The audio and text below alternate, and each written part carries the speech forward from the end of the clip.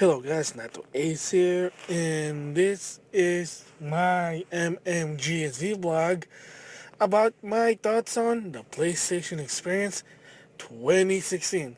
So that means this is going to be the final vlog of 2016, the giving my thoughts on the PlayStation Experience 2016.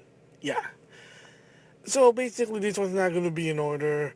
I have a list of it, but basically, I'm just gonna give my thoughts on things that I'm interested. They showed a lot of games, that's great, but I'm just gonna give my thoughts on the games that I am interested, and that's it. So with that, the first thing, of course, that pops in my head is, since just like my main channel, mostly showcasing retro games, are retro games coming to the PS4. So of course you can't really have PlayStation experience without Geo Corsi, third-party games relation. Basically, is in charge of kind of persuading and helping other company to bring their games, third-party games, to the PlayStation console. Even well, Adam Boyce basically used to do it, but then he left to work at Iron Galaxy, from what I heard. I could be wrong. As a game developer, because he used to be a game developer. That's a different story. So Gio Corsi was already been third party, but he works under him. But now he's the, I'm assuming, the head honcho. I follow him on Twitter. Cool guy. He's entertaining every time I watch him on conferences. So of course, mainly is two SNK games that I'm actually excited. One is Mark of the Wolf, Gao Mark of the Wolf. If you don't know what it is, it's like takes like a post-skip Fatal Fury game that revolves around the son of Geese Howard, Rock Howard. I mean, sort of popular. You've seen him in Kako vs. SNK 2, Neo Geo Battle Coliseum. So basically, this is what his original game came from. Popular game. So sadly, it's $15, but it's a cross buy. So hey, maybe I'll get it when it's a sale. But still excited that it is gonna come out. And the second one is, and this is very, very popular, not really so much for me, but you did see me play this, did a showcase on this game last year via Christmas special, is Windjammers. It's a popular game. A lot of people like it. It's basically a better version of Tron, the disc game. It's a disc battle game, now remastered, port remastered to the PS4. I mean, it's had the graphics, but this time online play. Now in a legit console rather than playing an emulator or have to find an arcade for Windjammer. Like I said, very popular. Had a lot of history behind it. Jeff Gershman from Giant Bomb loves this game. So now there's online. Now the PS4. So I wouldn't be surprised if this game actually will be in a tournament, a Windjammer tournament. Part of those tournaments. Maybe in Evo 2017, there's a Windjammer tournament. Who knows? We just have to wait and see. Game's not out yet. That's gonna come out, I think, in 2017, from what I heard. They still need more time to do that one, but again, classic game, awesome. That's one of the top of my list.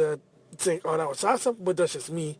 And of course, the elephant in the room that everybody knows, especially if you like fighting games, is Marvel vs. Capcom Infinite. First time was announced at the PlayStation Experience. I already talked about this, so I just said pretty interesting. And teaser in 2017, I will be talking about it, an in-depth thoughts about this game, the good thing and the bad thing, based on the trailer, my impression about it. So stay tuned for that one, but right now, all I can say is yay. Another one that's top in my head that I think, surprisingly, that they're still continuing with the Uncharted game is an expansion standalone Uncharted 4. So this is not a DLC, it's actually a game itself. It's a new storyline, basically revolves, you get to play as Chloe. You kind of seen her in part 2, not so much in part 3. I haven't played part 4. We'll see, because I'm waiting for a sale, I know. So can't wait for that one. Really, really can't wait for that one. Uncharted 4, the new one, but I still need to play the original Uncharted 4, so we'll see what happens. So I played near because I saw it cheap. It wasn't a bad game, but wasn't also good. And of course, I heard Square Enix announce a sequel, supposed to be working with Platinum. Kinda saw a trailer, might be interesting, but that one's still up in the air. I never seen a gameplay yet, but again, maybe if it's my Platinum, hopefully it's better. Another one finally showed gameplay footage is Nino Kuni 2. So yes, I would not even think a sequel to Nino Kuni actually was going to be made. Again, it's a different story. But judging by the game trailer, one of the best things, it looks like it, they got rid of the Pokemon style monster battle, which is in the first one. So it looks interesting. I still have to finish the first one, but can't wait because it is going to be 2017. So that is pretty interesting.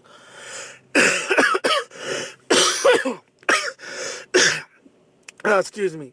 So another one that they announced that actually came on the very day was a new free-to-play by Grasshopper.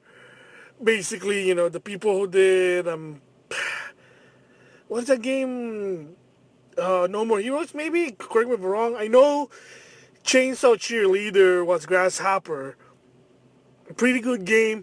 And the guy who directed was the guy who directed Guardian of the Galaxy, so that's why it's good. So a new free-to-play game, which is a shocker, free-to-play game, Let It Die. I played it. It wasn't that bad. It is an interesting game and something new. And again, from Grasshopper, played it. Not that bad, except it had some internet problem at the time. So I stopped for a while. And of course, the reason mostly is that I need storage. I'm also focused on playing on other games. But yeah, if you want to try a free-to-play game, try this one. Let It Die. It's not bad. It's actually that good. So another one that I saw interest with PlayStation X is, they finally showed the remake, not remastered, the remake of the first three Crash Bandicoot for Sony. $50, I guess. It is a remake. It's not just remastered. The game, I don't know how the gameplay works, but it looks good, looks nostalgic. No surprise there because it is Crash. If you grew up with Sony, you bought the PlayStation as your first console, there you go. Crash Bandicoot, no surprise.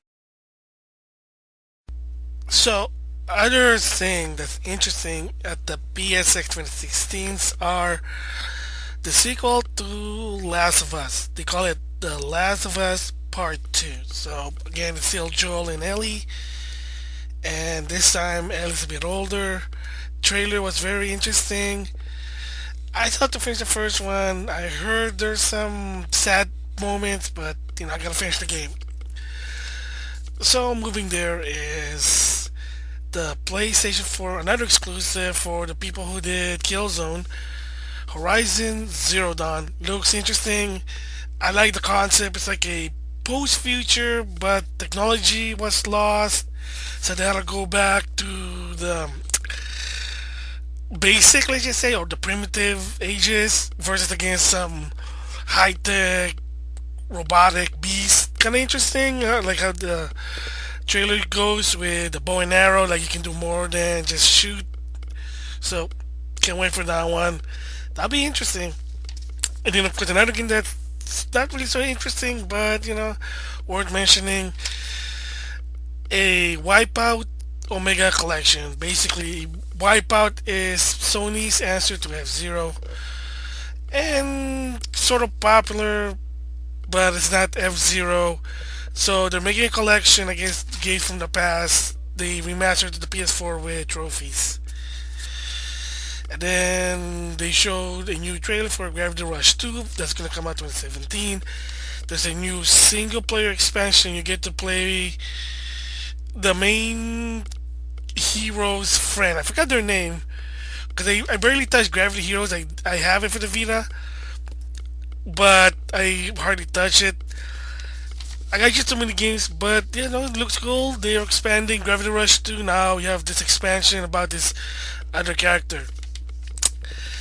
Then this one's it's a mystery to me because in 2017, they're gonna remaster some of the PS1 game to the PS4.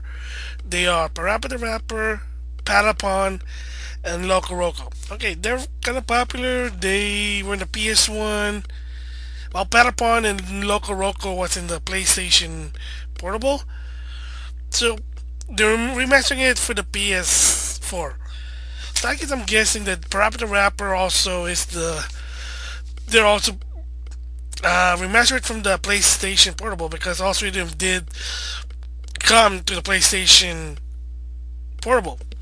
Well, granted, Parappa the Rapper was PlayStation 1, but I have it also for the PSP. Parappa and Loco Roco, definitely. So I guess when I think about it, yeah, it kind of makes sense. I mean, you can't play PlayStation Portable on the PS4. The only closest thing is if you have that PSP as a digital download, hook it up on the PlayStation TV or the PlayStation Vita TV. There you go. 1080p upscale, but it's not really remastered. So yeah. So the next one, I'm surprised they're doing it, but I think it's cool. My book, the sequel to Knack 2. So I got to prop with Mark Cerny. He didn't give up on the game, so I gotta give him props because a lot of people didn't really like Knack. They keep complaining how Knack is bad.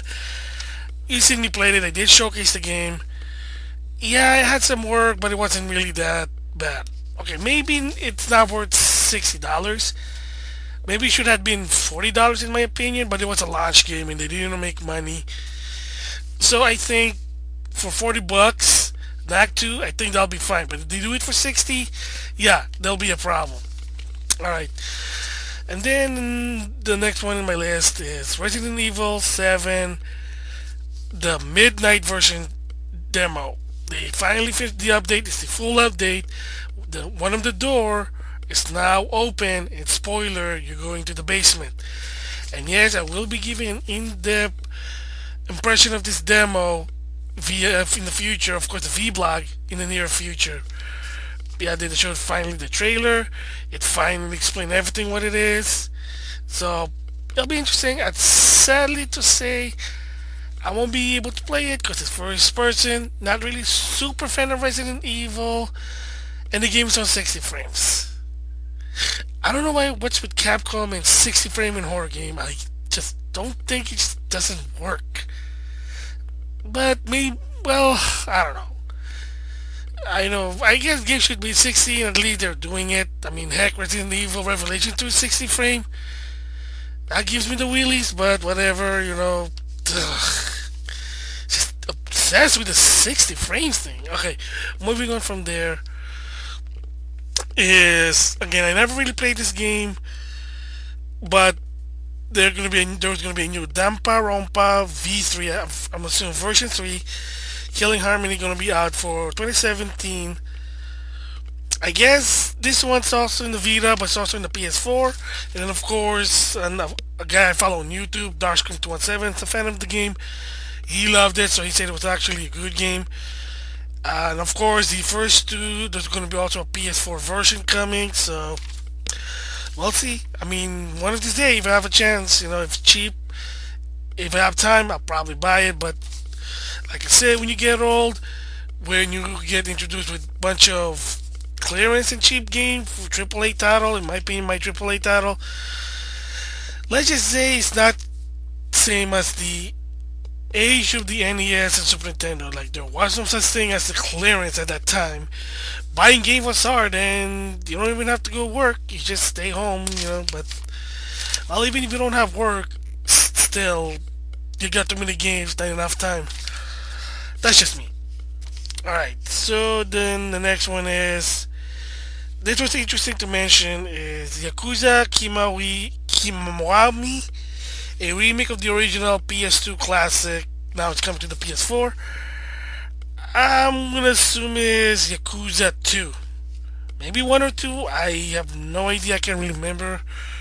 I'm not a Yakuza fan. Yes, sadly, I saw it for cheap for $10. I decided to get Yakuza 3.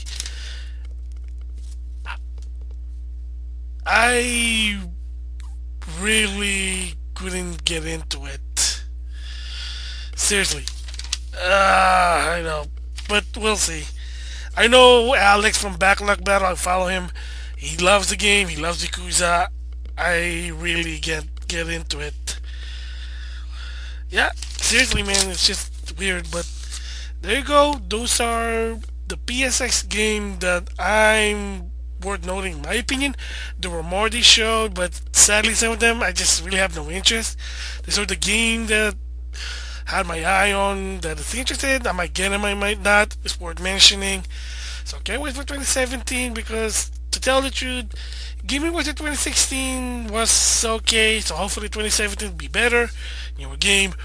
Hopefully Nintendo or well, yes Nintendo, but Sony will make more PlayStation 4 first party games because they've been dropping the ball lately and they admitted it. The only reason why they got away with it versus the Wii U are the third party games. And then of course, just to mention this, 2017, Nintendo Switch. Of course, hint hint, 2017, I'm gonna give my thoughts about it because there will be the famous, you know, people waiting for it. The what am I? Presentation for the Switch. That's what I'm trying to say. I'm do apologize because I'm a little bit sick. So yes, there you go.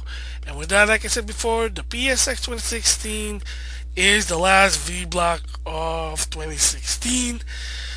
And because of this, now yes, I will. The MmGS V block in response will be taking not so long for hiatus, maybe 2 weeks, 3 weeks.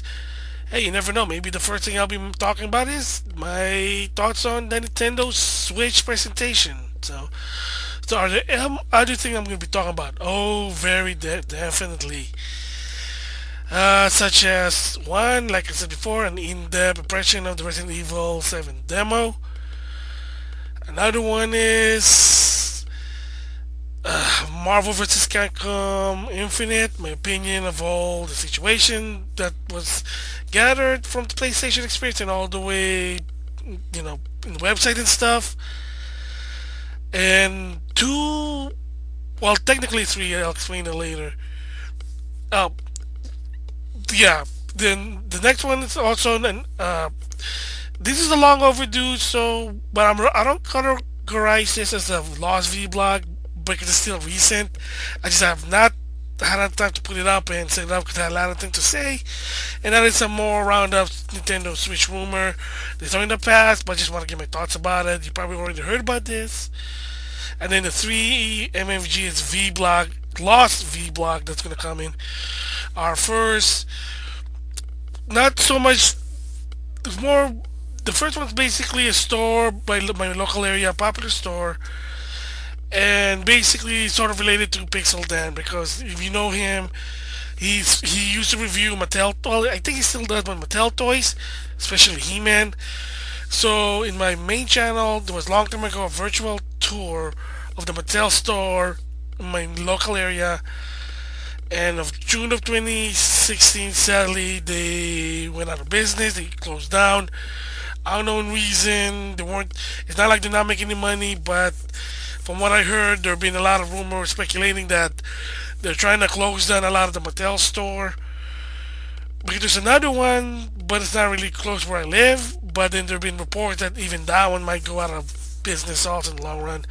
Second one is my thoughts on Goldberg versus Brock Lesnar Survivor Series. Again, same deal, schedule problem. I want to get my thoughts about it before. I know probably going to be the Royal Rumble, so I'm going to try to put it up before the Royal Rumble. And the last MMG is V-Block, and this is going to be a bit of a controversial because it's about Mike Ross. Oh boy. So for people who don't know what I'm talking about, what's going on. Mike Ross is one of the well-respected people of the FGC. And of course, if you know me, I'm not the FGC. I have no interest to be part of the community. I do like fighting games. During my hiatus break, I did a quick MMGSV blog about Ross. Basically, in the quote-unquote, the last episode of the Capcom Pro Talk, in the end, he went salty. And the question been roaming around, and it's unanswered, but I don't think nobody's gonna get an answer. Is Was he really salty, or was it entertainment a la Saturday Night Live? Some say it is, some say it not, some say it's some mixture of two. But when people trying to talk to them about it, no answer. They don't want to talk about it. And I kind of called out Microsoft a bit, and a lot of these fans basically didn't like that. And basically, when I looked at the video, I can understand why. It was just it was my wording was bad. Basically, the gist of that one was the translation was that, oh, just because you're FGC and you lose and you be salty, you're guys a bunch of kids. So this is what FGC are, bunch of salty kids, because every time they lose, they shouldn't be losing, and something like that. And a lot of people just didn't take it lightly. And the gist of that one also is like, why is it like the FGC sometimes like, whoa man, like chill out for it, like chill out man, they're not insulting your community, but apparently a little bit sensitive or not, your opinion subjective. And because the history of the FGC are that they're a niche community, but to some extent they don't really have a good reputation at the same time. Even they do good deeds. Believe me, they do good deeds. They help people. They do funding. They save people. People. That's not a joke. But sometimes the majority common gamers, they just see them like bunch of, oh wow, you're better than me because you're good in fighting games, and you don't welcome people. And some guy did actually say, why don't you? Well, you should watch Maximilian and Gutex, and of course, whether you're an FGC or not, you kind of know these people. And a long time ago, Max actually did a video called "Is Max Killing the FGC?" And the gist of that one is he's trying to change the way, but apparently some people don't agree with it. And that's sort of what I was trying to say in my video in the first one. Yeah, but then of course I had to update it. But again, I still stick to what I say, but my wording was just wrong.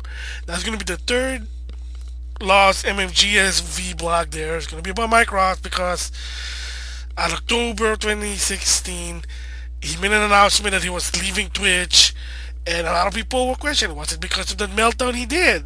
Was it something? I actually gave my thoughts, but spoiler, I don't think it is. Has nothing to do with.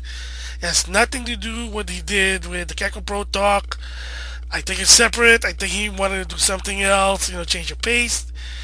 So there you go. So with that, there you go. Those are some of my plans in the future in 2017. So again, just stay tuned for that one. That it's up to you. So with that, like I said, thanks for listening, and can't wait to see you guys on 2017 New Year's. So yeah, see ya.